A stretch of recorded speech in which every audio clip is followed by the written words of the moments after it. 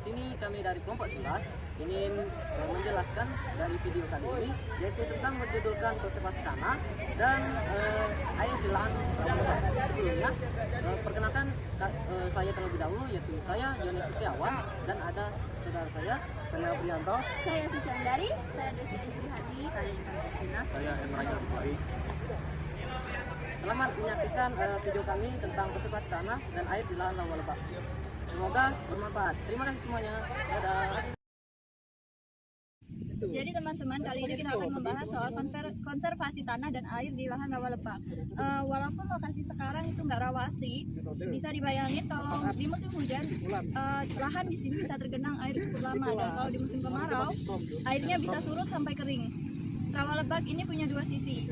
Yang pertama ada sisi positif dan juga sisi negatif. Sisi positifnya, lahan bisa subur banget buat pertanian kalau dikelola dengan baik. Misalnya buat padi atau sayuran. Nah, sedangkan sisi negatifnya, airnya nggak stabil. Kadang kebanyakan sampai banjir dan juga kadang kekurangan pas kemarau dan tanahnya cenderung asam. Makanya konservasi tanah dan air di rawa lebak itu sangat penting. Tujuannya supaya tanah tetap subur, air bisa diatur dan lahan bisa dimanfaatkan secara berkelanjutan tanpa merugikan petani. Jadi bukan soal cocok tanam, tapi juga soal menjaga alamnya yang ada di rawa lebak. Baik, selanjutnya saya akan menjelaskan tentang konservasi tanah. Konservasi tanah adalah upaya menjaga dan mengelola tanah supaya tetap produktif, subur, serta tidak mengalami kerusakan akibat erosi, degradasi, atau pemanfaatan yang berlebihan. Tujuan utamanya adalah mempertahankan kualitas dan fungsi tanah sebagai media tumbuh tanaman, penjaga ekosistem, serta penyimpan air dan unsur hara. Langkah-langkah konservasi tanah, yang pertama, pengolahan tanah yang tepat, misalnya olah tanah minimum atau tanpa olah tanah. Kedua, penggunaan tanaman penutup tanah untuk mencegah erosi. Ketiga, pembuatan terasering di lahan miring.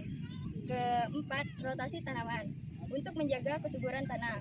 Kelima, reboisasi dan penghijauan pada lahan kritis.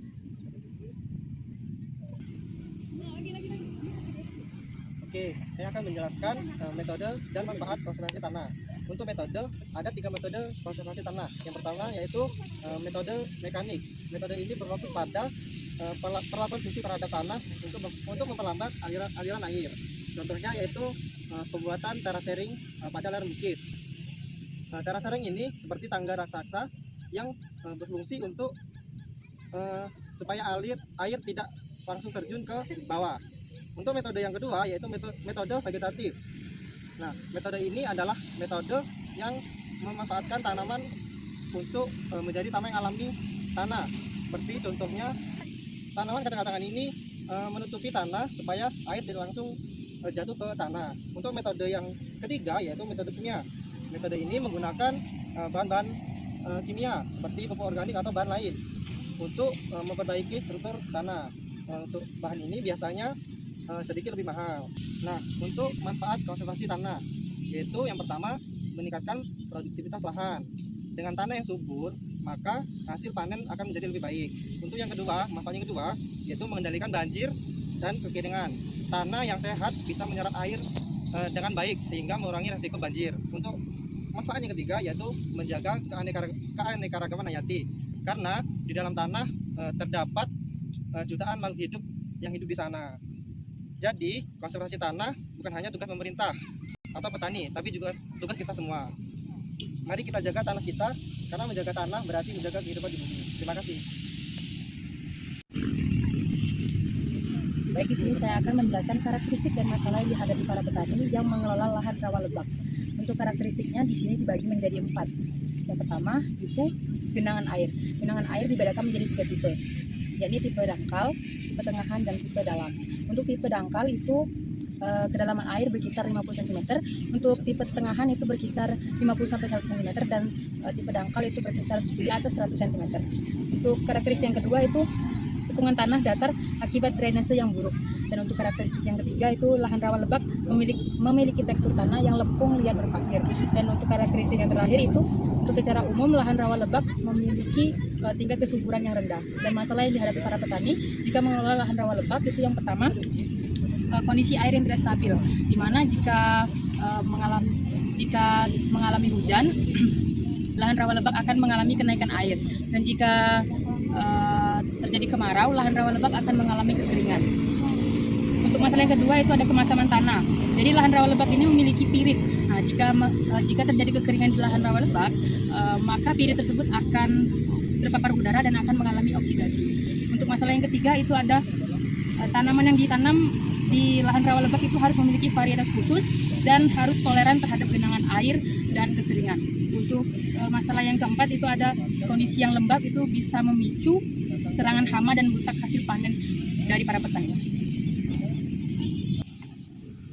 Baiklah, di sini saya akan menjelaskan tentang konservasi air, yang dimana konservasi air itu adalah untuk menjaga, mengelola, dan menggunakan air itu secara efisien agar ketersediaannya itu tetap terjaga untuk jangka panjang, apalagi terutama di di musim kemarau.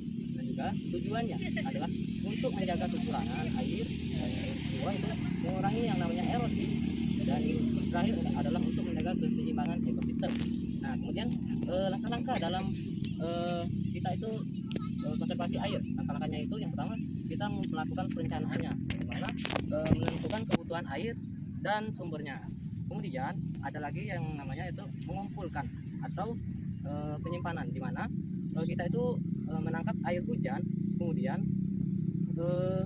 buat kolam terlebih dahulu, baru menangkap air hujan, dan sumber resapannya itu kita halangi. Kemudian yang ketiga yaitu efisiensi pemakaian. Nah, di mana pemakaian itu bisa kita gunakan sebagai irigasi tetes, kemudian ada musa dan pilihan tanaman hemat air sebagainya. Kemudian lagi yaitu pengendalian erosi runoff, di mana pengendalian ini adalah agar kita itu mencegah tanah cepat mencegah air yang kita simpan itu biar cepat tidak hilang. Nah, kemudian ada lagi yang kelima yaitu perlindungan sumber air.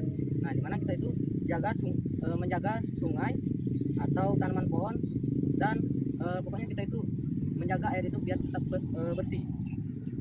Kemudian ada lagi nih yang namanya pemeliharaan, yaitu dengan cara kita mengecek konservasi air itu secara berulang agar kita ini bisa mengetahui apa saja kerusakan yang ada di sana. Baik, saya Emre Al-Bukhari. Di sini saya akan menjelaskan apa saja yang bisa dimanfaatkan dari lahan rawa lebak ini. Yang pertama, bisa dimanfaatkan sebagai lahan pertanian pangan. Rawa lebak dapat dimanfaatkan untuk budidaya padi, terutama padi rawa, jagung, dan kedelai. Dengan pengelolaan tata air yang baik, lahan ini bisa menghasilkan pangan dalam jumlah besar untuk mendukung ketahanan pangan. Dan kedua, bisa dimanfaatkan sebagai budidaya hortikultura. Tanaman sayuran seperti kangkung, bayam rawa, cabai, dan tomat, maupun buah-buahan tertentu dapat tumbuh di lahan lebak, terutama pada musim kemarau saat genangan air berkurang. Dan ketiga, dapat juga dimanfaatkan sebagai pengembangan perikanan. Lahan rawa lebak yang terkenang bisa dijadikan kolam ikan alami untuk budidaya ikan air lele, nila, patin, dan gambus. Hal ini meningkatkan diversifikasi usaha petani. Dan keempat, dapat juga dimanfaatkan pengembangan peternakan. Rawa lebak juga dapat digunakan untuk pengembalaan ternak seperti kerbau, sapi, dan kambing, karena ketersediaan hijauan pakan cukup melimpah dan sebagainya. Mungkin masih banyak yang bisa dimanfaatkan dari lahan rawa lebak ini. Mungkin cukup sekian dari saya dan teman-teman saya. Bila ada salah kata dan kekurangan, kami mohon maaf. Assalamualaikum warahmatullahi wabarakatuh.